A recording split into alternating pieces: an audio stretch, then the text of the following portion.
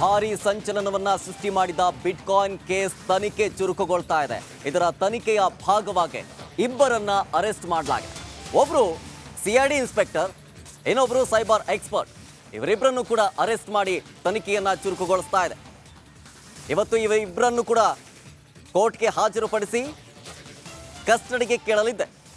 ಯಾರಾದರೂ ರಾಜಕೀಯ ವ್ಯಕ್ತಿಗೆ ಇವರು ಬೆನ್ನೆಲುಬಾಗಿದ್ರ ಗೊತ್ತಿಲ್ಲ. ತನಿಖೆಯಿಂದಷ್ಟೇ ಎಲ್ಲ ವಿಚಾರಗಳು ಹೊರಗೆ ಬರಬೇಕಾಗಿದೆ.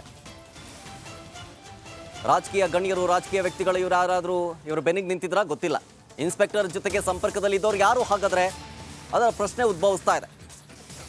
ಈ ಕೇಸ್ನಲ್ಲಿ ಆರೋಪಿಗಳನ್ನ ಮುಚ್ಚಿಡುವಂತಹ ಕೆಲಸಗಳೇನಾದರೂ ಆಗ್ತಾ ಇದೆಯಾ? ಈ ಎಲ್ಲ ವಿಚಾರಗಳನ್ನು ಕೂಡ ಸಿಐಡಿ ಟೀಮ್ ತನಿಖೆಯನ್ನ ಮಾಡಲಿಕ್ಕಿದೆ. ಪ್ರಮುಖವಾಗಿ ನೋಡ್ತಾ ಇದ್ದೀವಿ, ಸಿಐಡಿಯಿಂದ ಇನ್ಸ್ಪೆಕ್ಟರ್ ಸೇರಿದಂತೆ ಸೈಬರ್ ಎಕ್ಸ್ಪರ್ಟ್ ಅನ್ನ ಅರೆಸ್ಟ್ ಮಾಡಲಾಗಿದೆ. ಇವತ್ತು ಕೋರ್ಟ್ಗೆ ಇವರಿಬ್ಬರನ್ನು ಕೂಡ ಹಾಜರುಪಡಿಸಲಿದ್ದಾರೆ. ಹೀಗಾಗಿ ಸಾಕಷ್ಟು ಅನುಮಾನಗಳು, ಪ್ರಶ್ನೆಗಳು ಕಾಡೋದಕ್ಕೆ ಶುರುವಾಗ್ತಾ ಇದೆ. ಬಿಟ್ಕಾಯಿನ್ ಕೇಸ್ನಲ್ಲಿ ರಾಜಕೀಯ ತಿರುವುಗಳು ಕೂಡ ಕಂಡು ಬರ್ತಾ ಇದೆ. ಹೀಗಾಗಿ ಕಸ್ಟಡಿಗೆ ಪಡ್ಕೊಂಡು ಎಲ್ಲ ಆ್ಯಂಗಲ್ನಲ್ಲೂ ತನಿಖೆಯನ್ನು ಮಾಡೋದಕ್ಕೆ ಸಿಐಡಿ ಟೀಮ್ ಮುಂದಾಗಿದೆ. ಪ್ರಮುಖವಾಗಿ ಗಮನಿಸ್ತಿದ್ವಿ, ಇವರಿಬ್ಬರು ಬಂಧನವಾಗಿರೋದು ಒಬ್ಬರು ಇನ್ಸ್ಪೆಕ್ಟರು, ಇನ್ನೊಬ್ಬರು ಸೈಬರ್ ಎಕ್ಸ್ಪರ್ಟ್.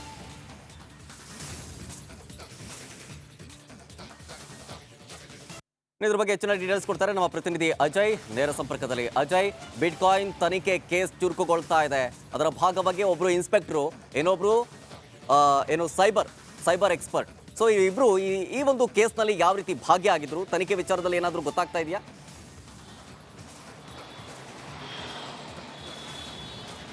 ಖಂಡಿತವಾಗ್ಲೂ ಶರತ್, ಅಂದರೆ ಏನು ಇನ್ಸ್ಪೆಕ್ಟರ್ ಪ್ರಶಾಂತ್ ಮತ್ತು ಸೈಬರ್ ಎಕ್ಸ್ಪರ್ಟ್ ಸಂತೋಷ್ ಏನಿದ್ದಾರೆ, ಇವರಿಬ್ಬರು ಕೂಡ ಈ ಒಂದು ಪ್ರಕರಣದಲ್ಲಿ ಪ್ರಮುಖವಾದಂತಹ ಪಾತ್ರ ವಹಿಸಿದ್ದಾರೆ ಅಂತೇಳಿ ಗೊತ್ತಾಗಿರುವಂಥದ್ದು. ಸೊ ಹೀಗಾಗಿ CIDಯಲ್ಲಿರುವಂಥ SIT ಟೀಮ್ ಏನಿದೆ, ಅವರು ಇಬ್ಬರನ್ನು ಸಹ ಈಗಾಗಲೇ ವಶಕ್ಕೆ ಪಡೆದಿರುವಂಥದ್ದು. ವಶಕ್ಕೆ ಪಡೆದು ಕೆಲ ವಿಚಾರಣೆನೂ ಕೂಡ ಮಾಡಿರುವಂಥದ್ದು. ಈಗ ಅವರನ್ನು ಇವತ್ತು ಕೂಡ ಕೋರ್ಟ್ ಮುಂದೆ ಹಾಜರುಪಡಿಸ್ತಾರೆ. ಆ ನಂತರ ಅವರನ್ನು ಮತ್ತೆ ಕಸ್ಟಡಿಗೆ ಕೇಳುವಂಥ ಎಲ್ಲ ಸಾಧ್ಯತೆಗಳು ಕೂಡ ಇರುತ್ತೆ. ಯಾಕಂತಂದರೆ ಈ ಒಂದು ಬಿಟ್ಕಾಯಿನ್ ಕೇಸ್ ಏನಿದೆ, ಇದು ಸಾಕಷ್ಟು ಸುದ್ದಿಯನ್ನು ಕೂಡ ಮಾಡಿತ್ತು ಮತ್ತು ರಾಜಕೀಯವಾಗಿ ತಿರುವನ್ನು ಪಡ್ಕೊಂಡಿತ್ತು. ಜೊತೆಗೆ ರಾಜಕೀಯ ವ್ಯಕ್ತಿಗಳ ಹೆಸರಲ್ಲೂ ಕೂಡ ಇಲ್ಲಿ ಪ್ರಸ್ತಾಪವಾಗಿತ್ತು. ಸೊ ಹೀಗಾಗಿ ಈ ಒಂದು ನಿಟ್ಟಿನಲ್ಲೂ ಕೂಡ ಯಾರ್ಯಾರ ಹೆಸರು ಇಲ್ಲಿ ಪ್ರಸ್ತಾಪ ಆಗಿತ್ತು, ಈ ಒಬ್ಬ ಇನ್ಸ್ಪೆಕ್ಟರ್ ಆಗ ಯಾವ್ದಾದ್ರು ರಾಜಕಾರಣಿಯ ಒಂದು ಬೆನ್ನಿಗೆ ಏನಾದ್ರು ನಿಂತಿದ್ರ, ಇವರಿಗೇನಾದ್ರು ರಾಜಕಾರಣಿಗಳಿಂದ ಸಪೋರ್ಟ್ ಇತ್ತಾ, ಯಾವ ರೀತಿಯಾದಂಥ ಎವಿಡೆನ್ಸ್ಗಳನ್ನ ಇವರು ಕಲೆಕ್ಟ್ ಮಾಡಿದ್ರು, ಯಾವ ರೀತಿಯಾದಂಥ ಎವಿಡೆನ್ಸ್ಗಳನ್ನ ಇವರು ನಾಶ ಮಾಡಿದ್ರು, ಈ ಎಲ್ಲದು ವಿಚಾರಗಳನ್ನು ಕೂಡ ಈಗಾಗಲೇ CIDಯಲ್ಲಿರುವಂಥ SIT ಟೀಮ್ ಮಾಡಬೇಕಾಗಿದೆ. ಸೊ ಹೀಗಾಗಿ ಇವತ್ತು ಕೋರ್ಟ್ ಮುಂದೆ ಇವರನ್ನ ಅಂದರೆ ಪೊಲೀಸ್ ಕಸ್ಟಡಿಗೆ, ಅಂದರೆ CID ಕಸ್ಟಡಿಗೆ ಕೇಳುವಂಥ ಎಲ್ಲ ಸಾಧ್ಯತೆಗಳು ಕೂಡ ಇರುತ್ತೆ. ಯಾಕಂದರೆ ಏನು ಪ್ರಶಾಂತ್ ಏನಿದ್ದಾರೆ, ಇವರ ಮನೆಗೂ ಹೋಗಿ ಒಂದ್ಸಲ ರೈಡನ್ನು ಕೂಡ ಮಾಡಿರ್ತಾರೆ ಪೊಲೀಸರು. ಆ ಒಂದು ಸಂದರ್ಭದಲ್ಲಿ ಕೂಡ ಒಂದು ಲ್ಯಾಪ್ಟಾಪ್ ಸಿಕ್ಕಿರುತ್ತೆ, ಜೊತೆಗೆ ಹಾರ್ಡ್ ಡಿಸ್ಕ್ ಆಗಿರ್ಬೋದು, ಇವೆಲ್ಲವೂ ಕೂಡ ಸಿಕ್ಕಿರುತ್ತೆ. ಆ ಒಂದು ನಿಟ್ಟಿನಲ್ಲೂ ಕೂಡ ಅದರಲ್ಲಿ ಸಾಕಷ್ಟು ಇನ್ಫಾರ್ಮೇಷನ್ಗಳನ್ನು ಕೂಡ ಈ ಪ್ರಶಾಂತ್ ಒಳಗೊಂಡಿದ್ರು, ಅಂದರೆ ಇಟ್ಕೊಂಡಿದ್ರು ಆ ಒಂದು ಲ್ಯಾಪ್ಟಾಪಲ್ಲಿ ಅಂತೇಳಿ ಗೊತ್ತಾಗಿರುವಂಥದ್ದು. ಆ ಲ್ಯಾಪ್ಟಾಪನ್ನು ಕೂಡ ಪೊಲೀಸರು ಸೀಸ್ ಮಾಡಿರುವಂಥದ್ದು. ಈಗ ಹೆಚ್ಚಿನ ತನಿಖೆಯ ಅವಶ್ಯಕತೆ ಇರೋದ್ರಿಂದಾಗಿ ಅವರಿಬ್ಬರನ್ನು ಕೂಡ ವಶಕ್ಕೆ ಪಡಿತಾರೆ.